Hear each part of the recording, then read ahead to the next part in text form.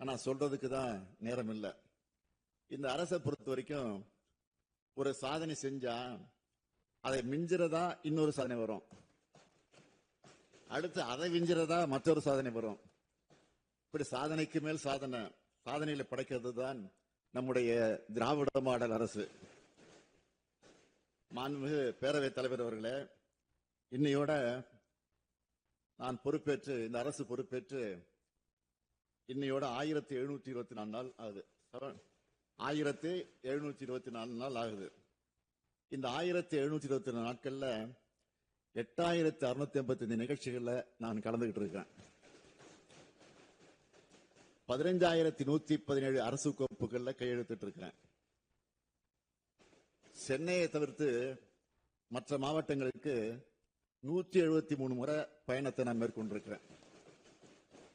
அதுலயும் 71 மாவட்ட மாபெரும் அரசு நலத்திட்ட விழாக்கள்ல பங்கேற்று 44,44,721 பேருக்கு நலத்திட்ட உதவிகளை வழங்கி இருக்கிறேன். அது இல்லாம அடிக்கல் நட்டினது, முடிவுற்ற திட்டப்பணிகள் தொடங்கி வச்சதுன்னு எல்லாத்தையும் புள்ளி விவரத்தோட என்னால சொல்ல முடியும். கடந்த 5 ஆண்டுகள்ல இந்த முத்துவேல் கருணாநிதி ஸ்டாலின் என்ன செய்தான் என்றால், ஒவ்வொரு நாளும் மக்களுக்காக வாழ்ந்தான், மக்களுக்காக திட்டங்களை தீட்டினான், மொத்தமாக தமிழ்நாட்டை வளர்த்தெடுத்தான். இதெல்லாம் வெறும் புகழ்ச்சி இல்ல, எல்லாமே உண்மை. இதை எதிர்கட்சிகால தாங்கிக்க முடியாது என்பதையும் வராத நிலையில நாம புரிஞ்சுக்க முடியுது. ஆனா தமிழ்நாட்டுக்காக தமிழ்நாட்டினுடைய நலனுக்காக செயல்பட வேண்டிய ஆளுநர் அவர்கள் தமிழ்நாட்டுக்கு எதிராக, மக்களுக்கு பாடுபடக்கூடிய நமக்கு எதிராக தொடர்ந்து செயல்படுவதுதான் நமக்கு உள்ளபடியே வேதனையா இருக்கு. மாண்புமிகு ஆளுநர் அவர்கள் தான் படிக்க வேண்டிய உரைய படிக்காம போறது வேடிக்கையா இருக்கு. இன்னும் சொல்லணும்னா, அவர் வகிக்கிற பதவியை அவரே அவமானப்படுத்துகிறார். இந்திய அரசியலமைப்பு சட்டத்தையே ஒரு பொறுப்புள்ள பதவியில் இருந்துட்டு கேவலப்படுத்துற செயலா இருக்குது. அதுலயும் கடந்த 3 வருஷமா நம்முடைய மாண்புமிகு ஆளுநர் அவர்கள் ஒரே காரணத்தை திரும்ப திரும்ப சொல்லி, மக்களால் தேர்ந்தெடுக்கப்பட்ட ஒரு அரசு தயாரிச்சு கொடுத்த உரையை படிக்காம வெளியேறுவதை மக்களாட்சிக்கு விடப்பட்ட சவாலாகவே இந்த பேரவை கருத வேண்டியுள்ளது. கோடிக்கணக்கான மக்களால் தேர்ந்தெடுக்கப்பட்ட அரசு இது. கோடிக்கணக்கான மக்களுடைய விருப்பங்களுக்கு ஏற்ற வகையில் செயல்படக்கூடிய அரசு இது. ஆளுநர் உரை தொடங்கும் போது தமிழ்தாய் வாழ்த்து பாடுறதும், முடிவுறும் போது நாட்டுப்பண் பாடுறதும் தான் தமிழ்நாடு சட்டமன்றத்தினுடைய மரபு. முதலிலேயே நாட்டுப்பண் பாடவில்லை என்பதே திரும்ப திரும்ப குற்றச்சாட்டா அவர் சொல்லிட்டு வரார். இந்த நாட்டின் மீதும் நாட்டுப்பண் மீதும் அளவற்ற பெருமதிப்ப மரியாதையை கொண்டுள்ளவர்கள் நாங்கள். தேசிய ஒருமைப்பாட்டிலையும் நாட்டுப்பற்றிலையும் யாருக்கு குறைந்தவர்கள் அல்ல நாங்கள் என்பதை இந்த பேரவை உறுப்பினர் சார்பா ஆளுநர் அவர்களுக்கு அழுத்தம் திருத்தமா நான் சொல்லிக்க விரும்புறேன். யாரும் எங்களுக்கு தேசபக்தி குறித்து பாடம் எடுக்கிற நிலையில நாங்களும் இல்ல. தேசபக்தி பாடம் எடுக்கக்கூடிய அளவுக்கு இந்த தேசத்துக்காக அவங்க போராடியவங்களும் இல்ல. ஜனநாயக தேசத்தின் அரசமைப்பு மாண்ப எதேச்சதிகார தன்மையை விட மாற்ற நினைப்பவர்கள் தான் இன்றைய காலகட்டத்தில் தேச விரோதிகள். அவங்க யாரும் நாட்டு மக்களுக்கு நன்றாக தெரியும். மாண்புமிகு பேரவைத் தலைவர் அவர்களே, ஆளுநர் உரைக்கு நன்றி தெரிவிக்கக்கூடிய தீர்மானத்தின் மீதான விவாதத்தை நம்முடைய எழும்பூர் தொகுதி உறுப்பினர் பரந்தாமன் அவர்கள்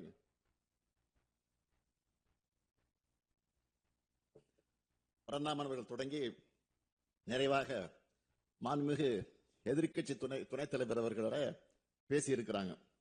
ஆளுநர் உரைக்கு நன்றி தெரிவிக்கக்கூடிய தீர்மானத்தின் மீதான விவாதத்திற்கு பதிலளிக்க வேண்டிய நான்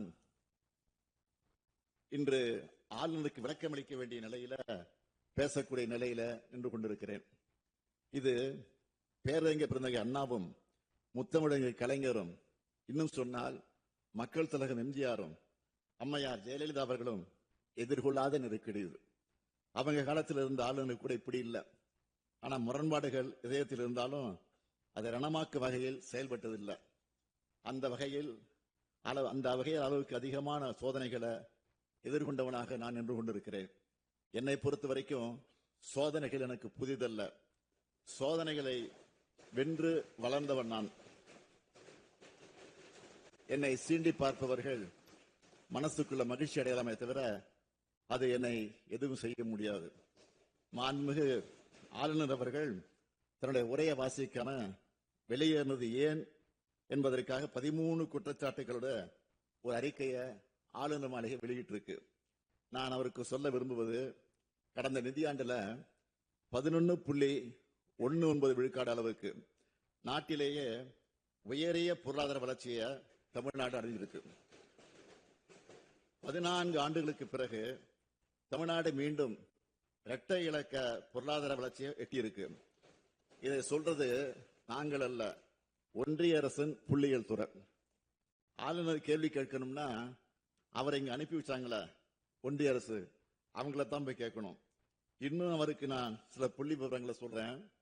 தமிழ்நாட்டினுடைய மொத்த உள்நாட்டு உற்பத்தி 17,23,698 கோடி ரூபாயாக உயர்ந்திருக்கு. தமிழ்நாட்டோட தனிநபர் வருமானம் 3,58,000 ரூபாய். இது தேசிய சராசரியை விட 1.74 மடங்கு அதிகம். அரசு மேல்நிலை பள்ளிகள்ல 98.3 விழுக்காடு அறிவியல் ஆய்வக வசதிகள் தமிழ்நாட்டில் தான் இருக்கு. ஆனா அகில இந்திய அளவில் 50 விழுக்காடு பள்ளிகள்ல தான் இந்த வசதி இருக்கு. உயர்கல்வி நிறுவனங்களுக்கான ஒன்றிய அரசினுடைய தரவரிசையில தலை சிறந்த 100 கல்லூரி பட்டியல்ல 33 கல்லூரிகள் தமிழ்நாட்டில் மட்டுமே இருக்கு. மாநில அரசால் நடத்தப்படக்கூடிய தலை சிறந்த 50 பல்கலைக்கழகங்கள்ல 10 பல்கலைக்கழகங்கள் நம்முடைய தமிழ்நாட்டில் தான் இருக்கு. நிதி ஆயோக் வெளியிட்ட நிலையான வளர்ச்சி இலக்குகளுக்கான குறியீட்டில் தமிழ்நாடு 788 புள்ளிகளோட இந்தியாவில் 2வது இடத்துல இருக்கு. தமிழ்நாட்டோட சமூக பொருளாதார வளர்ச்சியை ஒன்றிய அரசின் பொருளாதார ஆலோசனை குழு அறிக்கையா தாக்கல் செஞ்சிருக்கு. சமூக முன்னேற்ற குறியீடுன்னு இதுக்கு பேரு. பெரிய மாநிலங்களோடு ஒப்பிடும்போது தமிழ்நாடு 63.33 புள்ளிகள் பெற்று தேசிய அளவில் முதலிடத்தில் இருக்கு. இது தமிழ்நாடு அனைத்து வகையிலும் முன்னேறிய மாநிலம் என்பதை காட்டுது. இந்தியாவிலேயே வறுமை கோட்டுக்கு கீழே வாழும் மக்கள் தொகை 11.2 விழுக்காடு. ஆனா தமிழ்நாட்டில் வறுமை கோட்டுக்கு கீழே 1.43 விழுக்காடு மக்கள் தான் இருக்காங்க. அதையும் இல்லாமலாக்க தாய் மாணவர் திட்டத்தை தொடங்கி செயல்படுத்திக்கிட்டு இருக்கோம். நம்ம அரசோட மக்களை தேடி மருத்துவ திட்டம் என்பது ஐநா அமைப்பினுடைய விருதை பெற்றிருக்கு. இந்தியாவிலேயே அதிக தொழிற்சாலைகள் கொண்ட மாநிலம் நம்முடைய தமிழ்நாடு தான். புத்தாக்க நிறுவனங்களை உருவாக்குறதுல best performer state startup தரவரிசை பட்டியலில் 2018 கடைசியில் இருந்த தமிழ்நாடு 2022 ஆண்டுக்கான தரவரிசையில முதலிடத்தை அடைஞ்சிருக்கு. ஏற்றுமதி தயார்நிலை குறியீட்டில் இந்தியாவிலேயே தமிழ்நாடு 80.89 புள்ளிகளுடன் முதலிடம். மின்னணு சாதனங்கள் ஏற்றுமதியில தேசிய அளவில் 41.23 விழுக்காடு பெற்று நாட்டிலேயே முதன்மை மாநிலம். தோல் பொருட்கள் மற்றும் ஜவுளி ஆகிய பொருட்கள் ஏற்றுமதியில முதன்மை மாநிலம். ஒட்டுமொத்த நாட்டின் காலணி மற்றும் தோல் பொருட்கள் உற்பத்தியில தமிழ்நாடு 38 விழுக்காடு பங்கு வகிக்குது. பன்னாட்டு முக்கியத்துவம் வாய்ந்த 20 ராம்சார் தலங்கள் தமிழ்நாட்டில் தான் இருக்கு. எண்ணெய் வித்துக்கள், நிலக்கடலை, கரும்பு உற்பத்தி திறனில் முதலிடம், மக்காச்சோள உற்பத்தி திறனில் 2வது இடம். சட்டம் ஒழுங்கை பொறுத்த வரைக்கும் கடந்த கால அதிமுக ஆட்சியோட ஒப்பிடுகள கொலைகள், ஆதாய கொலைகள், வழிப்பறி, திருட்டு, பாலியல் வன்கொடுமைகள்னு எல்லாமே பெருமளவு குறைந்திருப்பது புள்ளி விவரங்கள் நமக்கு உறுதியாக்குது. அதிக அளவு உள்நாட்டு சுற்றுலா பயணிகள் வருகை புரிந்த மாநிலமா இந்தியாவில தமிழ்நாடு 2வது இடம். 69 பொருட்களுக்கு புவிசார் குறியீடு பெற்று இந்திய அளவில் தமிழ்நாடு 2வது இடத்துல இருக்கு. நாம ஆட்சி பொறுப்புக்கு வரும்போது 73 இருந்த பெருகால இறப்பு விகிதத்தை 40ஆகவும் குழந்தை இறப்பு விகிதத்தை 10.4 இருந்து 6.9 குறைச்சிருக்கிறோம். மாற்றுத்திறனாளிகளுக்காக சிறப்பாக சேவை புரிந்த முதல் மாநிலமாக தேர்வு செய்யப்பட்டு ஒன்றிய அரசால் தமிழ்நாடு விருது பெற்றிருக்கு. சிறந்த நீர் மேலாண்மைக்காக தேசிய அளவில் 3வது இடம். காசநோயை ஒழிக்க தமிழ்நாடு எடுத்து வரும் முயற்சிகளை பாராட்டி தமிழ்நாட்டின் 9 மாவட்டங்களுக்கு விருதுகள் வழங்கப்பட்டிருக்கு. காகிதமில்லா சட்டமன்ற திட்டத்தினை மிக சிறப்பாகவும் விரைவாகவும் செயல்படுத்துவதற்காக ஒன்றிய நாடாளுமன்ற விவகாரத்துறை அமைச்சகம் விருது வழங்கியிருக்கு. உணவு பதப்படுத்தும் குறு சிறு நிறுவனங்களின் சிறந்த செயல்திறனுக்காக தமிழ்நாட்டுக்கு விருது வழங்கப்பட்டிருக்கு. மாநில கூட்டுறவு வங்கியின் சிறந்த சேவைக்காக உள்துறை அமைச்சர் அமித்ஷா அவர்களே விருது வழங்கியிருக்கிறார். ஒன்றிய அரசிடம் இருந்து மட்டும் தமிழ்நாடு 65க்கும் மேற்பட்ட விருதுகளை வாங்கியிருக்கு. இவ்வளவுக்கும் பிறகும் ஆளுநர் விமர்சிக்கிறார் என்று சொன்னால் அவருடைய பார்வைதான் பழுதுபட்ட பார்வையாக இருக்கிறது.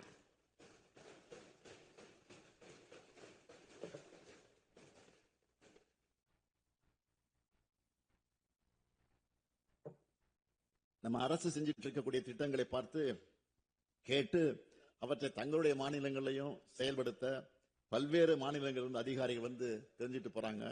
ஏன் நம்மோட திட்டங்களை ஒன்றிய அரசை அடாப்ட் பண்ணி நாடு முழுக்க செயல்படுத்துறாங்க.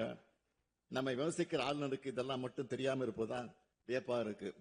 இங்க மத சண்டை இல்ல, சாதி சண்டை இல்ல, கும்பல் வன்முறை இல்ல, தொடர் வன்முறை இல்ல. இதுதான் திராவிட மாடல் ஆட்சியினுடைய சாதனை. இந்த சாதனைகள் வரிசையில மேலும் சில அறிவிப்புகளை வெளியிட நான் விரும்புகிறேன். முதல் அறிவிப்பு, கலைஞரின் கனவு இல்ல திட்டத்தின் கீழ் ஏற்கனவே 2 லட்சம் வீடுகள் உருவாகி இருக்கக்கூடிய நிலையில மேலும் புதிதாக 3500 கோடி ரூபாய் மதிப்பீட்டில் 1 லட்சம் வீடுகள் கட்டப்படும்.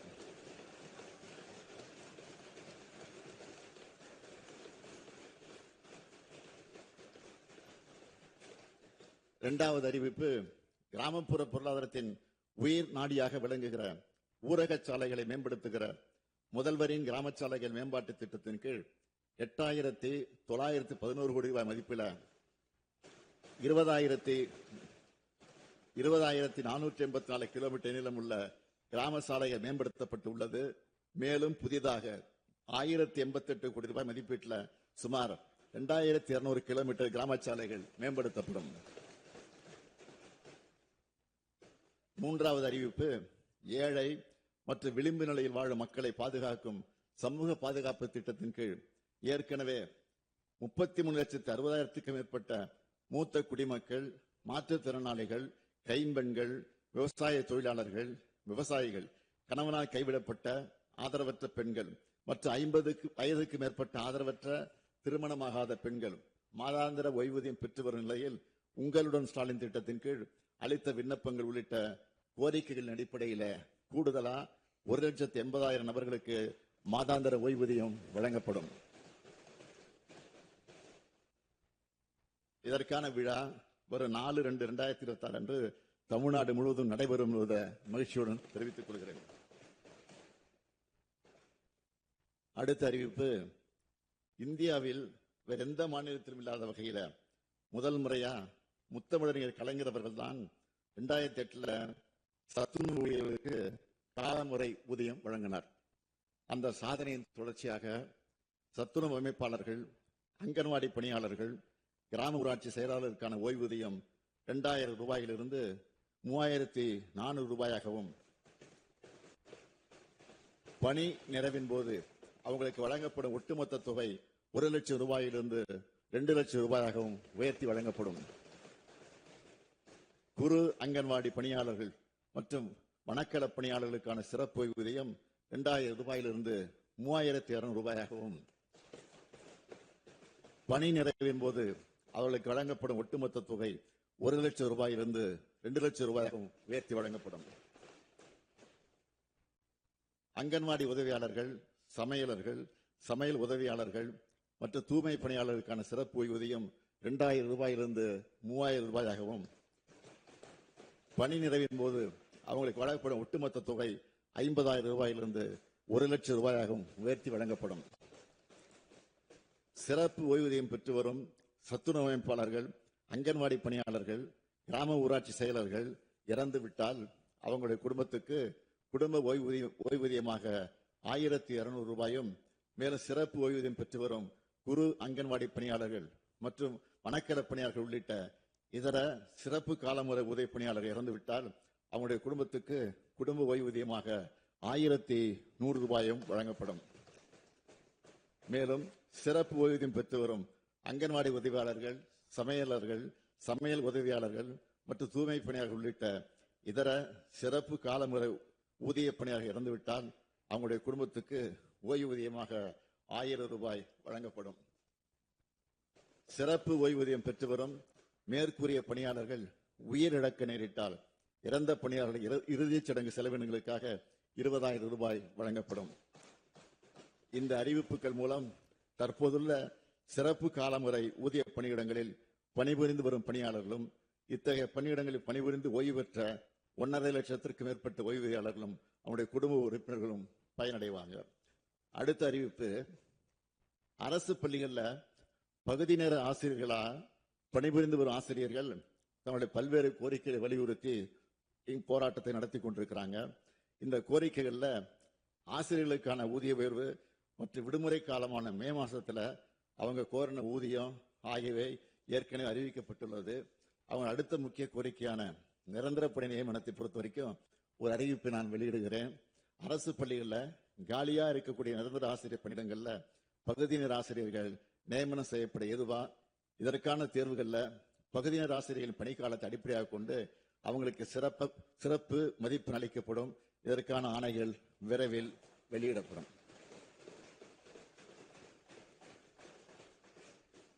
மாண்புமிகு பேரவைத் தலைவர் அவர்களே, கடந்த தேர்தலின் போது யாரும் கொடுக்காத வாக்குறுதிகளை நாங்க கொடுத்தோம். முடிந்த அளவுக்கு அந்த வாக்குறுதிகளை நிறைவேற்றியும் இருக்கிறோம். உங்களால நிறைவேற்ற முடியாதுன்னு சவால் விடப்பட்ட வாக்குறுதிகளையும் நாங்கள் நிறைவேற்றி காட்டியிருக்கிறோம். இவங்க செய்யவே மாட்டாங்கன்னு சொல்லப்பட்ட வாக்குறுதிகள் எல்லாம் செஞ்சுக்கிட்டு இருக்கோம். தமிழ்நாட்டில் அனைத்து துறையும் எப்ப வளரணும்னு ஏக்கத்தில் இருந்த வாட்டத்தை போக்க அனைத்து துறையிலும் சமச்சீரான வளர்ச்சியை அடைஞ்சிருக்கிறோம். பெரிய நகரங்களுக்கு மட்டும்தான் தொழிற்சாலைகளா, பாலங்களா, சாலைகளா, நூலகங்களா, கல்லூரிகளா, உட்கட்டமை வசதிகளான்னு சலிப்போடு கேட்டதை மாற்றி எல்லா பகுதிகளுக்கும், அனைத்து பகுதிகளுக்கும், அனைத்து மாவட்டங்களுக்கும் அனைத்தையும் கொண்டு சென்றிருக்கிறோம். இவை அனைத்திலும் சமூக நீதியை, சமநீதியை நிலைநாட்டியிருக்கிறோம். இவை அனைத்தும் என்னால் தான் ஆனதுன்னு கர்வம் கொள்ளக்கூடியவன் அல்ல நான். மூத்த அமைச்சர்கள், நம்முடைய துணை அமைச்சர் உள்ளிட்ட அமைச்சரின் பங்களிப்பு இல்லாம இதை நான் செயல்படுத்தி இருக்க முடியாது. ஆக்கபூர்வமான ஆலோசனை வழங்கிய இங்க இருக்கக்கூடிய சட்டமன்ற உறுப்பினர் இல்லாம இதெல்லாம் சாதனையான படைச்சிருக்க முடியாது. அது மட்டுமல்ல, தலைமைச் செயலாளர் தொடங்கி காவல்துறை உள்ளிட்ட அனைத்து அரசு துறை அதிகாரிகள், அனைத்து நிலையிலும் பணியாற்றக்கூடிய ஊழியர்களை அனைவருடைய பங்களிப்பும் இதில் இருக்கு. தமிழ்நாட்டின் கடைகோடி மனிதருக்கும் எல்லா திட்டங்களும் சென்று சேருவதை உறுதி செய்கிறோம். ஊர்கூடி தேர்தலுக்குன்னு சொல்லுவாங்கல்ல, அதே போல அரசின் ஒவ்வொரு அணுவும் மக்களுக்காக செயல்படுற காரணத்தால்தான் சாத்தியமாச்சு. எனக்கு உயிரும் உணர்வுமாக இருந்து என்னை இயக்கிக் கொண்டிருப்பது திராவிட முன்னேற்ற கழகத்தின் கோடிக்கணக்கான உடன்பிறப்புகள் தான்.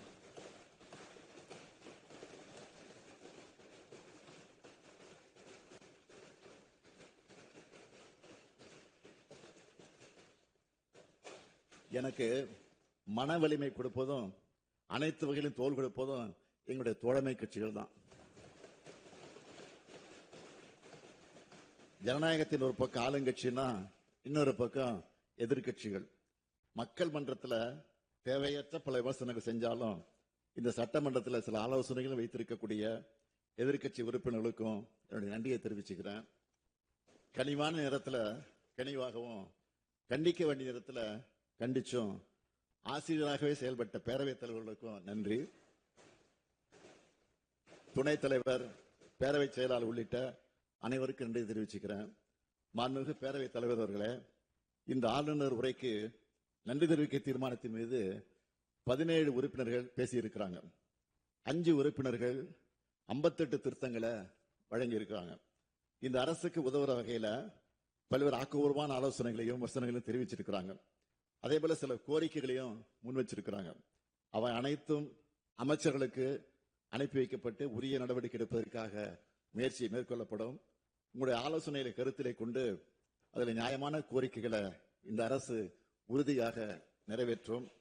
எனவே இந்த விளக்கத்தை ஏற்றுக்கொண்டு மாண்புமிகு உறுப்பினர்கள் தங்களுடைய திருத்தங்களை திரும்ப பெற்றுக்கொண்டு ஆளுநர் உரைக்கு நன்றி தெரிவிக்கும் தீர்மானத்தை நிறைவேற்றி தர வேண்டும் என்று கேட்டுக்கொள்கிறேன். மாண்புமிகு பேரவைத் தலைவர்களே, இந்த பேரவைக்கும் நாட்டுக்கும் நாட்டு மக்களுக்கும் நான் சொல்வது ஒன்றுதான். நான் இந்த 5 ஆண்டு காலத்துல எனக்கும் என் மனசாட்சிக்கு கட்டுப்பட்டு தினந்தோறும் திட்டங்களை தீட்டி உழைச்சிருக்கிறேன். இன்னும் உழைக்க காத்திருக்கிறேன். இந்த 5 ஆண்டு கால உழைப்பையும் வளர்ச்சியையும் பார்த்து அடுத்த 5 ஆண்டுகளுக்கும் திராவிட மாடல் ஆட்சி தான் தொடரணும்னு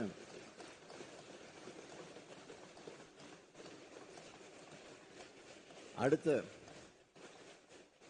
5 ஆண்டுகளுக்கும் திராவிட மாடல் ஆட்சி தான் தொடரணும்னு தமிழ்நாட்டு மக்கள் முடிவு பண்ணிட்டாங்க. எனக்கு என்னை விட தமிழ்நாட்டு மக்கள் மேல கூடுதலான நம்பிக்கை இருக்கு. உறுதியா சொல்றேன், நாங்கள் தான் மீண்டும் வருவோம். நாங்கள் தான் மீண்டும் வருவோம். மீண்டும் மீண்டும் வருவோம். மீண்டும் வெல்வோம். மீண்டும் செல்வோம். மீண்டும் வெல்வோம். மீண்டும் வெல்வோம். நன்றி.